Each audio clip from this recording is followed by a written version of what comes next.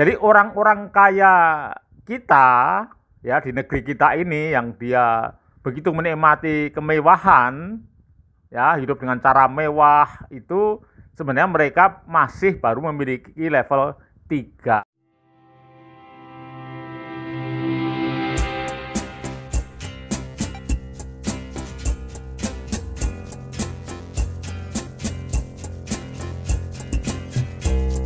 Assalamualaikum warahmatullahi wabarakatuh. Ketemu lagi dengan saya, trainer Amir Faisal.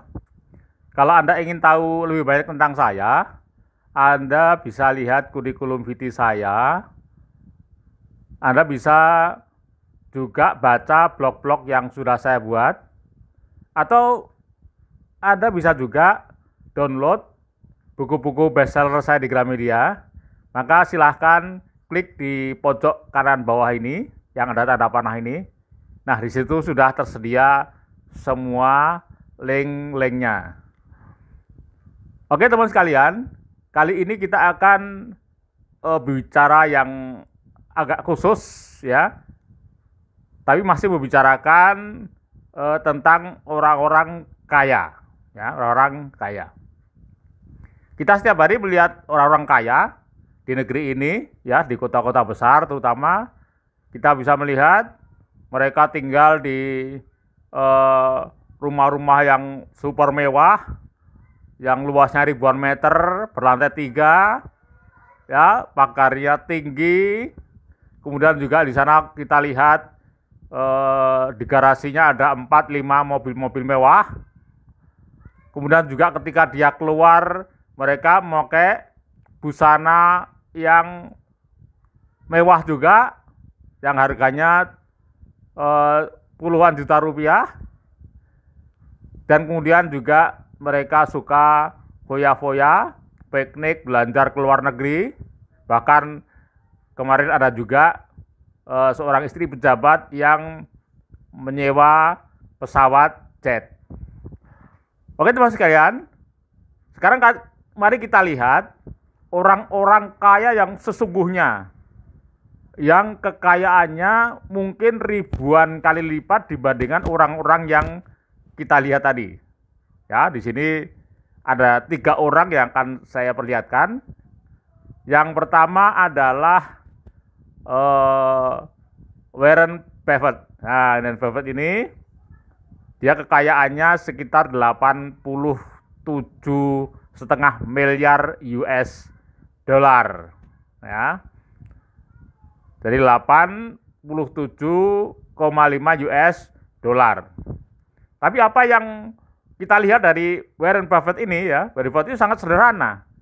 Dia tinggal di rumah yang untuk ukuran orang kaya sederhana, ya, karena dia tinggal di sebuah rumah biasa begitu ya, di sebuah kota, yang rumah itu pun juga sudah ditinggali lebih dari 50 tahun.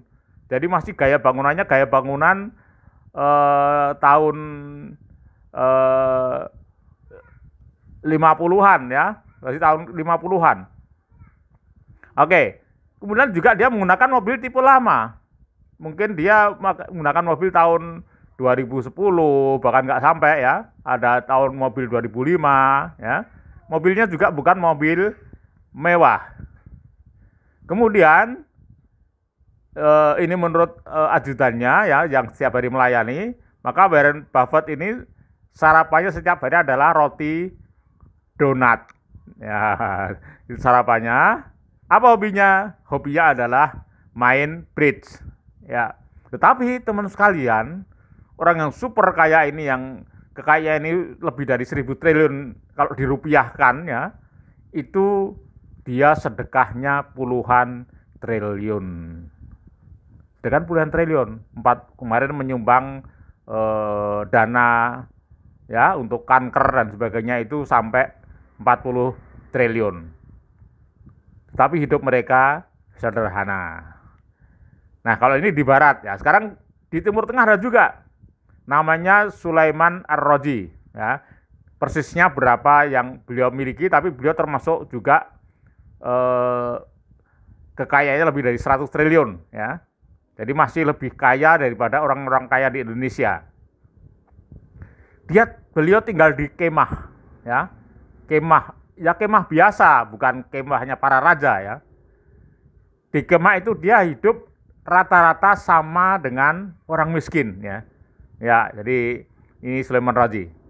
Dan hobinya beliau adalah ibadah. Tapi zakat beliau, sodakohnya itu triliunan rupiah, ya. Kalau kita kurs dari rupiah, triliunan rupiah. Teman sekalian, apa cita-cita dari Sulaiman Raji nanti akan kita bicarakan pada akhir dari video ini. Sekarang masih satu lagi, yaitu Mark Zuckerberg. Nah, Mark Zuckerberg ini tentu Anda semuanya kenal, ya, karena Anda pasti punya akun Facebook, dan Facebook ini adalah ownernya dia, dan dia nerima setiap hari itu, setiap bangun tidur dia ngelihat rekeningnya tambah triliunan rupiah, ya. Tapi apakah hidup Mark ini mewah? Oh, sangat bertolak belakang. Jadi beliau ini sangat dikenal dengan pakaian yang sangat sederhana dan warnanya juga itu aja. Dia gunakan jaket, gunakan kaos yang selalu berwarna abu-abu, ya. Jadi selalu pakai abu-abu sukanya. Istrinya juga begitu. Rumahnya juga sederhana. Mobilnya kira-kira kalau ditaksir sekitar, ya, kalau di sini 300 ribuan lah gitu kira-kira, seperti itu, ya. Ya, sebangsa Avanza ke atas, ya, Innova dan sebagainya, ya. Bukan yang premium, ya. Jadi 300 ribuan. Kemudian beliau tidak punya ruang kerja sendiri, ya. Jadi bayangkan orang yang punya kekayaan ratusan triliun itu dia tidak punya ruang kerja khusus, ya. Dia gabung dengan karyawannya.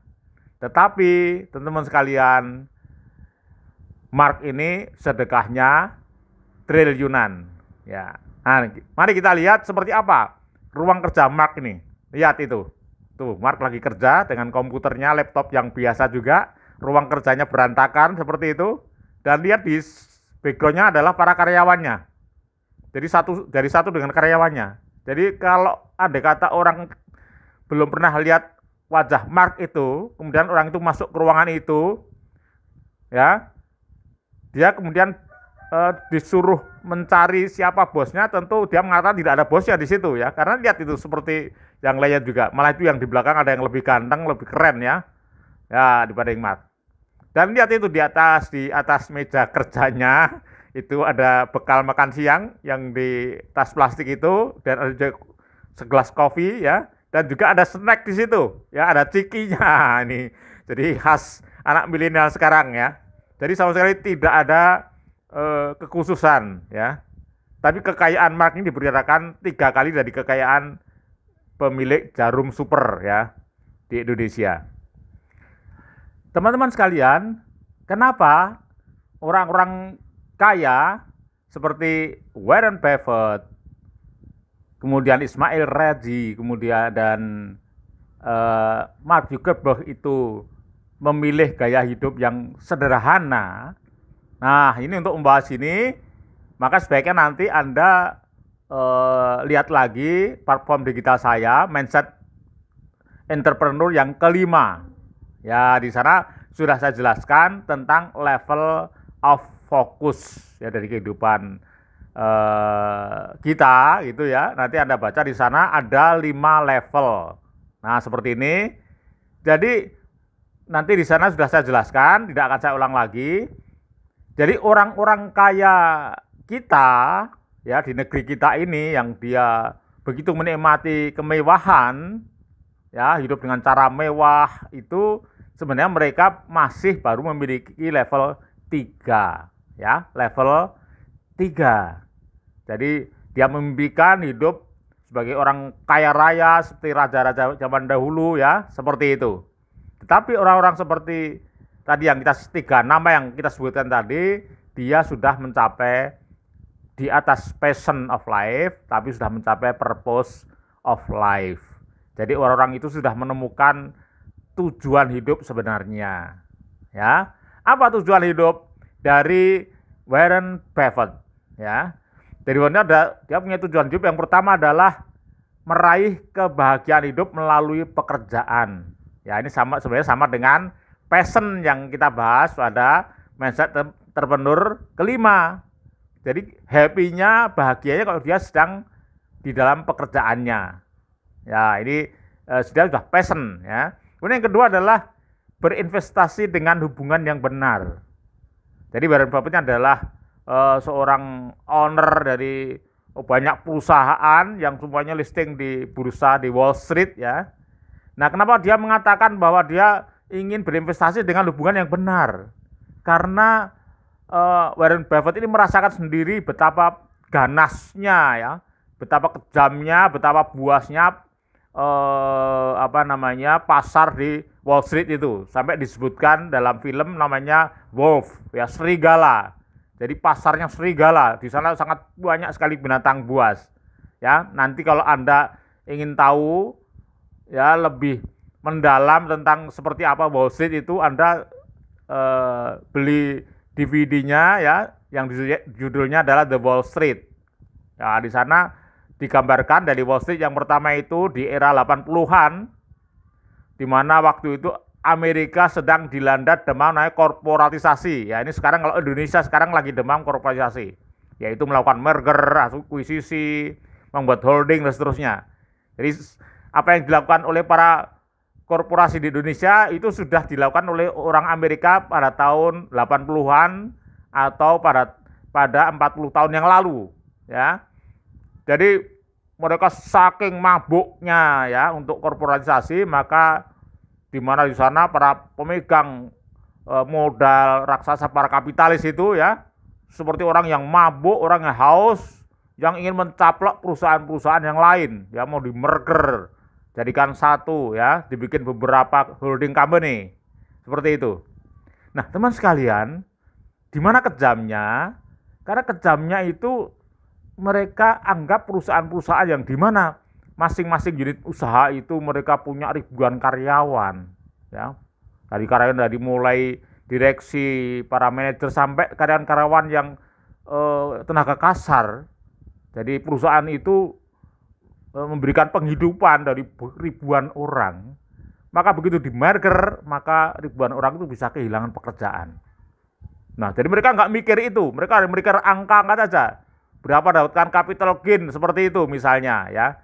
Nah, seperti yang kita pikirkan hanya tadi perhitungan angka matematis keuntungan secara finansial tanpa memperdulikan dampak dari merger itu. Nah, itulah nanti bisa Anda gambarkan ya. Dalam film itu bisa Anda lihat ya seperti apakah kejamnya Wall Street itu. Maka kemudian Warren Buffett mengatakan bahwa dia tidak ingin seperti itu, tapi dia ingin berinvestasi dengan yang sungguh-sungguh tadi, dan investasi yang mengembangkan usaha, ya, memberikan penghidupan bagi banyak orang, ya. Itu tujuan hidup beliau yang kedua. Dan apa tujuan hidup yang ketiga adalah mencintai tanpa syarat. Ya, jadi sekarang pada akhir hidupnya Warren Buffett ini menyumbangkan sebagian besar dari harta kekayaannya untuk yayasan-yayasan kanker misalnya dan penderita-penderita yang lain ya. Dia bagikan cintanya itu untuk mencintai sesama. Karena dengan cara itulah yang dia yakini satu-satunya jalan untuk mendapatkan kebahagiaan hidup yang menjadi purpose of life-nya. Ini ya teman sekalian. Kemudian sekarang apa purpose of life dari Ismail Raji tadi? Kenapa dia hidupnya sekarang di kemah yang biasa ya? Jadi kemah biasa bukan kemah yang ber-AC ya. Karena memang dia hanya punya satu purpose ya. Apa purpose itu? Purpose-nya adalah beliau ingin meninggal seperti Rasulullah SAW, yaitu dalam keadaan papa, dalam keadaan miskin. Bayangkan orang yang hidup dengan harta ratusan triliun, justru dia bermimpi, ya tadi di mana sebagian orang bermimpi jadi orang kaya raya, hidup mewah, tinggal di rumah mewah, kemudian menaiki mobil mewah, berpakaian mewah.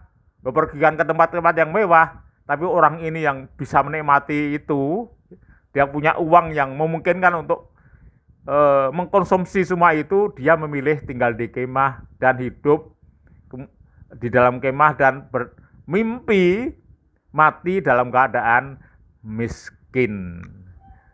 Nah, kemudian yang ketiga, apa purpose of life dari Mark Zucker? Ya, Zucker ini dia juga punya purpose. Yang pertama adalah karena masih muda, ya, masih 40-an tahun, ya, belum sampai bahkan, dia tujuan hidupnya adalah terlibat dalam proyek-proyek besar tapi yang sifatnya kemanusiaan. Nah, jadi dia punya prinsip seperti ini, ya, yang tulis ini, menjadi bermakna dan murah hati kepada orang-orang di sekitar Anda. Nah, itulah purpose of life yang pertama. Kemudian yang kedua adalah Mark, dia mempunyai purpose of life, yaitu untuk menciptakan kesetaraan hidup bagi seluruh bangsa di dunia. Dia menginginkan semua bangsa tidak ada yang saling menjajah, tidak saling menindas, tidak ada yang saling mengeksploitasi, tapi mereka hidup dengan damai dan dengan kesetaraan. Kemudian yang terakhir, maka beliau tidak hanya begitu saja dia menuliskan purpose of life-nya, tapi beliau secara aktif membangun komunitas yang bersifat global, yang salah satunya adalah dengan menggunakan Facebook itu, ya. Jadi dia bersama-sama menciptakan dunia yang lebih baik. Baik teman sekalian, mungkin kisah tentang orang-orang yang luar biasa ini bisa menginspirasi kita, ya, khususnya untuk kita yang selama ini sering kali lupa, ya, menginginkan hidup yang mewah, ya, yang terbawah seperti raja-raja, tetapi kita tidak melihat bahwa di kanan kiri kita akan melihat kita dengan mata yang iri dan cemburu, ya. Tentu saja itu bisa menyebabkan rasa tidak nyaman bagi mereka, ya. Mereka mau memenuhi kebutuhan sehari aja mereka harus berhutang dan sebagainya, sementara kita bermewah-mewahan, hidup dalam kemewahan dan berfoya-foya. Baik teman sekalian, sampai ketemu lagi pada Mindset Entrepreneur yang berikutnya, yang ke-12. Sekian, Assalamualaikum warahmatullahi wabarakatuh.